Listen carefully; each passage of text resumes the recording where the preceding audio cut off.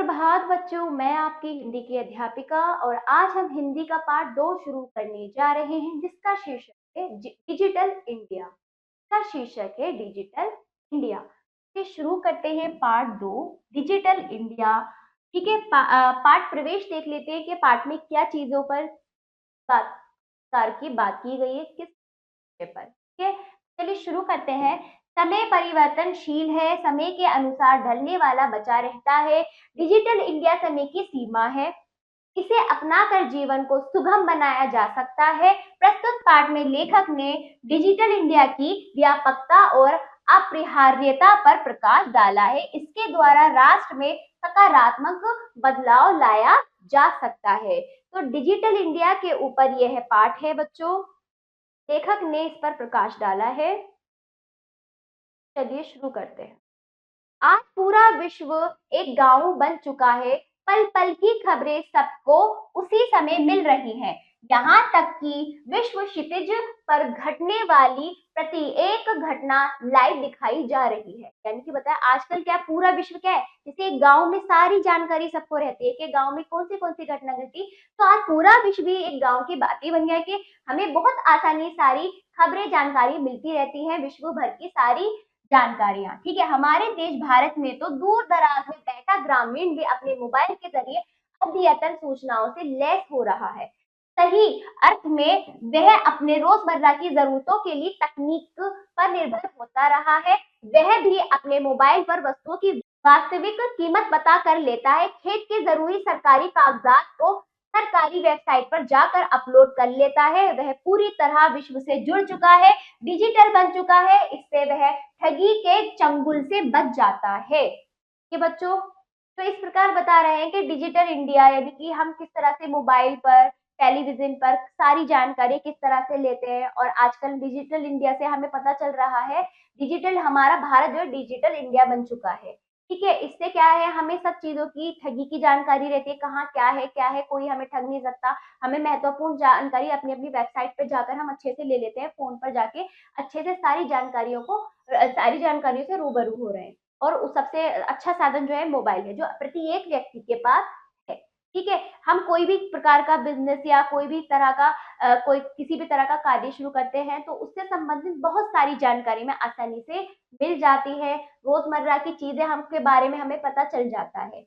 तो फिर आगे क्या है, आगे लेखक लिखते हैं, समय बड़ी तेजी से बदल रहा है। यदि एक नजर हम पीछे डालें तो पाएंगे कि पहले लोग अपने सगे संबंधियों से बात करने के लिए एसटीडी और पीसीओ एक कतार लगाकर खड़े हो जाते थे। है ना, एसटीडी होता था पहले जमाने में। अभी कुछ समय पहले अगर देखा जाए, कुछ साल पहले, यानी कि मानो के बच्चों 20-25 साल पहले की बात है, तो एसटीडी थी, पीसीओ थी। तो हाँ, बात करने के लिए अपने सगे समझो लोग लाइन लगा के खड़ा हुआ करते थे।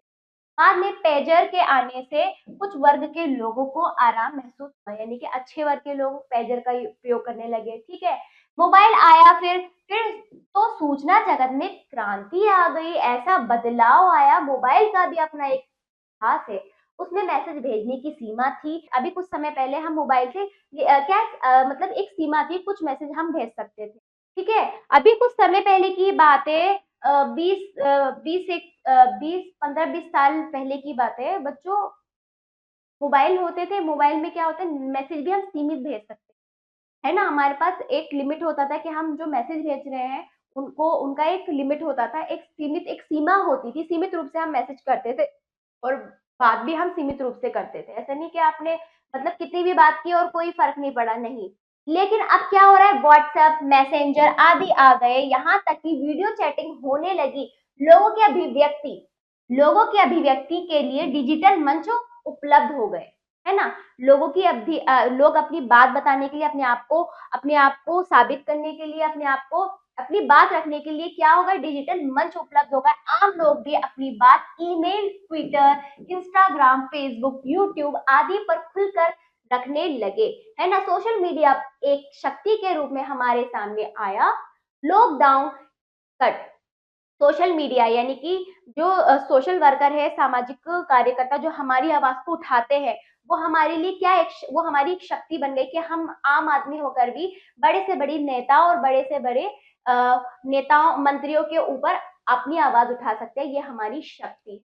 ठीक है, ये हमारी शक्ति बन गए। लॉकडाउन के दौरान ऑनलाइन शिक्षा दी जाने लगी। बिल्कुल ऑनलाइन शिक्षा का आज बहुत ज्यादा प्रचलन हो चुका है, क्योंकि लॉकडाउन लॉकडाउन जब हुआ था, कोविड आया था, तो हम क्या स्कूल नहीं जा सकते थे, कोई ऐसी जगह जहाँ पर भीड़ भीड़ होती वहां नहीं जा सकते, हम अपने घर में बैठ के पढ़ाई कर रहे थे ऑनलाइन। ऑनलाइन शिक्षा का बहुत बड़ा महत्वपूर्ण है, इस प्रकार बच्चों की पढ़ाई नहीं रुक पाई, है ना। पठन पाठन एवं परीक्षाएं सब कुछ ऑनलाइन हो गया। कोरोना संक्रमण के फैलाव को रोकने में भी डिजिटल इंडिया की महत्वपूर्ण भूमिका है। तो इस प्रकार देखिए, कोरोना में हम अपनी घर बैठ के अपनी पढ़ाई पूरी कर रहे थे, अगर ऐसा नहीं होता तो हमारी सब कई साल हमारे खराब हो जाते हैं, है ना। तो इस प्रकार डिजिटल इंडिया का हमारे जीवन पर इस प्रकार का प्रभाव पड़ा। आगे, ऐसा देश जहां लोकतांत्रिक व्यवस्था तो है, किंतु उस व्यवस्था में भ्रष्टाचार ऊपर से नीचे तक फैला है ना। भ्रष्टाचार, देखो भ्रष्टाचार क्या होता है बच्चों, यानी कि वही एक एक एक स्टूडेंट, एक छात्र इतनी मेहनत से अपनी अपनी जीवन को बनाता है, अपने जीवन में आगे बढ़ रहा है, वही जिसको कुछ नहीं आता वो आसानी से उनको वो चीजें मिल जाती है, भ्रष्टाचार हो रहा है, नाइंसाफी होती है। ठीक है बच्चों, ठीक है बच्चों। तो इस प्रकार भ्रष्टाचार का क्या हुआ कि सरकार द्वारा दिए गए शक्तियों का दुरुपयोग करना, किसी संगठन व किसी कार्यकर्ता द्वारा सरकार की शक्तियों का दुरुपयोग करना, यानी कि बेईमानी करना। बेईमानी किसी भी प्रकार की हो सकती है ना। तो कहीं अगर सरकार ने धन दिया कि इस कार्य के लिए, तो उसमें भी वो बेईमानी कर रहे हैं, धन अपनी तरफ खींच के रख रहे हैं, ब्लैक मनी इकट्ठा कर रहे हैं। तो इस प्रकार का हमारे देश में बहुत ज्यादा भ्रष्टाचार फैला हुआ है। ठीक है, ऊपर से नीचे, यानी कि ऊपर से, यानी ऊपर से बड़े बड़े मंत्रियों से लेकर नीचे तक, है ना। यदि ऊपर ही ना हो तो नीचे तक कैसे आ जाएगी बेईमानी, वहीं से है। आम आदमी को किसी योजना का लाभ लेने के लिए महीनों सरकारी दफ्तरों के चक्कर लग काटने पड़ते हैं। ऐसे में भारत का डिजिटल होना किसी वरदान से कम नहीं। इससे भ्रष्टाचार पर काफी हद तक लगाम लगी है। नेट बैंकिंग से लोग अपना समय और श्रम दोनों बचा रहे हैं।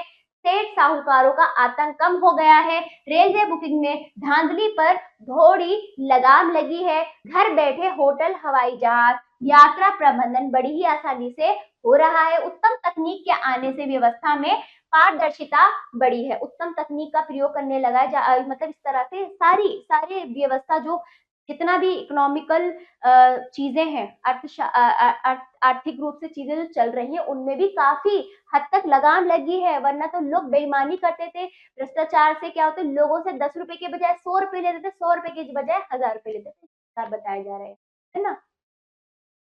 आम जनता सरकारी नीतियों और योजनाओं को लेकर जागरूक हुई है। इससे मजबूर होकर वह ईमानदारी का रास्ता चुन रहे हैं। कौन? तो भ्रष्टाचारी थे, मजबूर होकर। रोजगार और शिक्षण संस्थाओं में प्रवेश के लिए ऑनलाइन आवेदन किए जा रहे हैं। अभ्यर्थी अपनी जानकारी डिजिटल मुहैया करवा रहे हैं।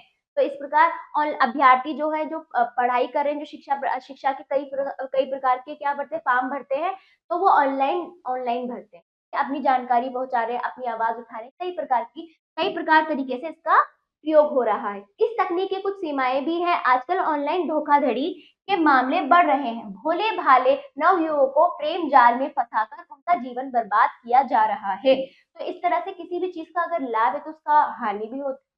हानि क्या हो रहा है, जैसे कि ना समझ जो सीधे सीधे लोग हैं, तो उनको प्रेम जाल में फंसाया जा रहा है, उन्हें ब्लैकमेल किया जा रहा है, उनसे पैसे हटे जा रहे हैं। आज सोशल मीडिया पर सारी चीजें सबके लिए खुली है। इसका सबसे अधिक दुष्प्रभाव बच्चों पर पड़ रहा है। ठीक है, सोशल मीडिया पर क्या है, हर प्रकार की चीजें आ रही हैं, जिससे कि बच्चों के हाथ में यदि फोन दिया दिया जाए तो वो इस तरह की चीजों से क्या हो रहे हैं, वो हो रहे हैं, क्या हो रहा है, उन पर दुष्प्रभाव पड़ रहा है। ठीक है, इससे उनके बाल मन पर बुरा असर पड़ रहा है। ठीक है, उनके बच्चे बच्चे जैसे कि वो बचपना होता है, सीधे भोले भाले बच्चों पर बुरा असर पड़ रहा है। इसलिए डिजिटल इंडिया के लिए कर्णधारों को बड़ी सावधानी से आगे बढ़ना होगा। हमें अपनी संवेदनाएं बचाए रखनी होंगी। लोगों के सुख दुख में हिस्सा लेना पड़ेगा। यानी कि डिजिटल इंडिया का हमें प्रयोग तो करना है, पर बड़ी सावधानी से बच्चों के हाथ में फोन नहीं देना चाहिए। मतलब बहुत ध्यान रखकर आप इनका प्रयोग करें। ठीक है, एक भारत श्रेष्ठ भारत का सपना पूरा करने में डिजिटल का उपयोग एक पड़ाव है। इसके सहारे हम राष्ट्र में समानता, भाईचारा, सहयोग, मैत्री, करुणा आदि मानवीय गुणों को आगे बढ़ा सकते हैं, है ना। है।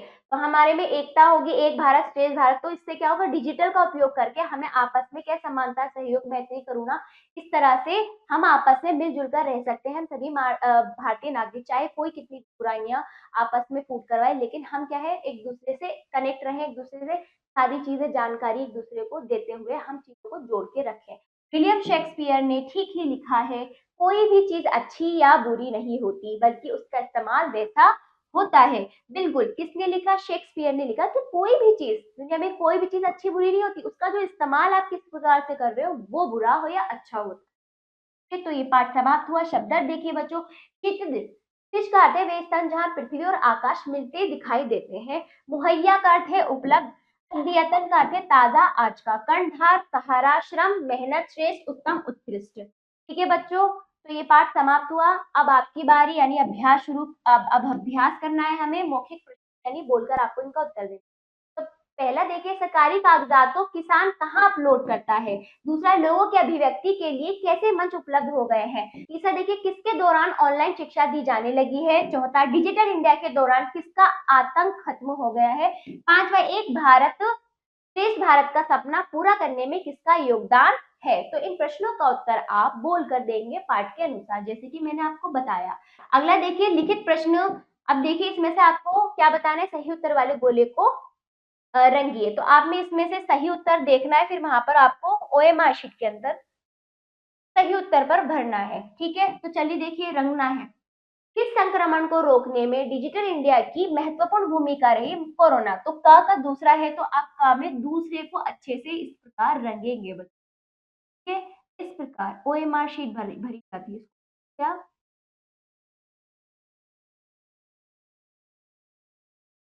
ठीक है। दूसरा देखिए, पूरा विश्व बन चुका है।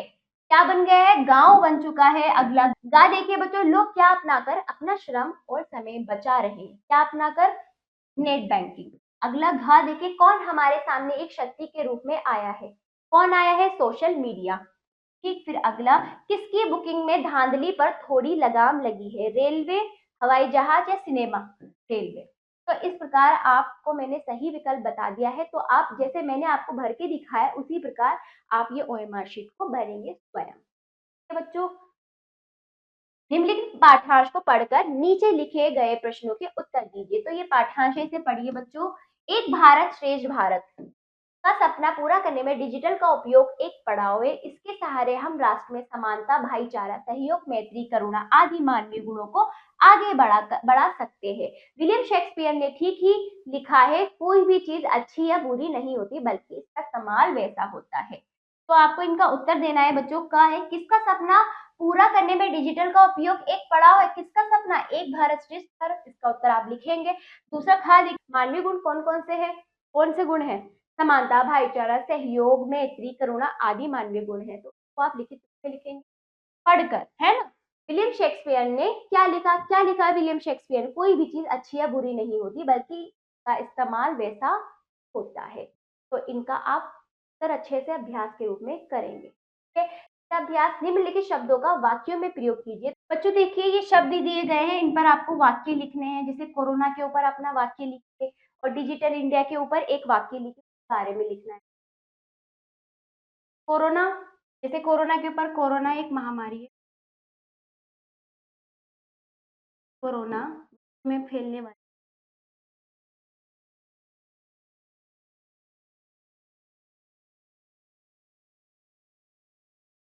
वाली एक महामारी।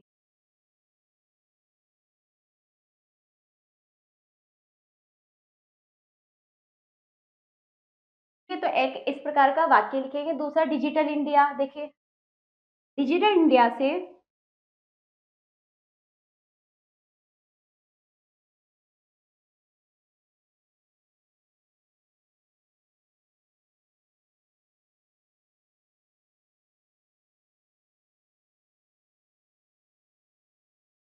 आज सभी के काम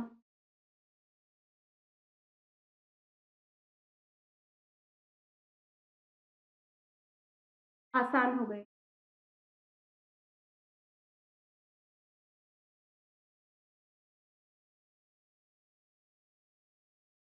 ठीक है, इस प्रकार 2 वाक्य मैंने कर दिए, बाकी आप स्वयं करेंगे। अगला रिक्त स्थानों की पूछिए। डैश बड़ी तेजी से बदल रहा है। क्या क्या बदल रहा है? समय। तो पहले में आएगा समय।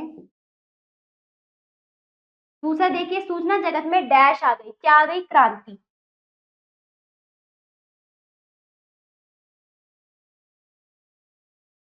ठीक, अगला देखिए, लोगों की अभिव्यक्ति के लिए डैश उपलब्ध हो गए। क्या उपलब्ध हो गए बच्चों? डिजिटल मंच।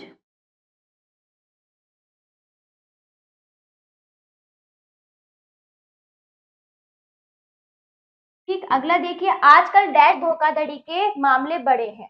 ऑनलाइन।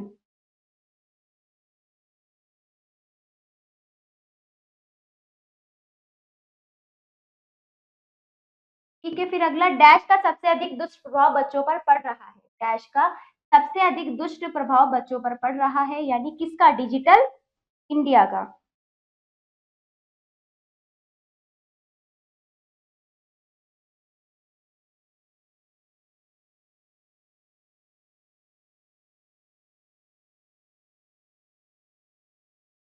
तो इस प्रकार आपको खाली स्थान पाठ के अनुसार लिखने थे बच्चों। ये पूरा हुआ। अगला देखिए, निम्नलिखित प्रश्नों के उत्तर दीजिए। नंबर क, डिजिटल इंडिया से आप क्या समझते हैं? ख देखिए, डिजिटल इंडिया से क्या क्या लाभ है? ग, लॉकडाउन के दौरान डिजिटल इंडिया का क्या योगदान रहा है? घ देखिए, डिजिटल इंडिया के दुष्प्रभाव लिखिए। पांचवा है, सूचना के कौन कौन से माध्यम है? सूचना जगत में क्रांति कैसे आई? तो इस प्रकार आप इन प्रश्नों का उत्तर पाठ के अनुसार लिखित रूप में स्वयं देंगे अभ्यास में। तो पाठ समाप्त हुआ। आशा करती है पाठ आपको समझ आएगा और अब हम मिलते हैं अगले पाठ पर। धन्यवाद।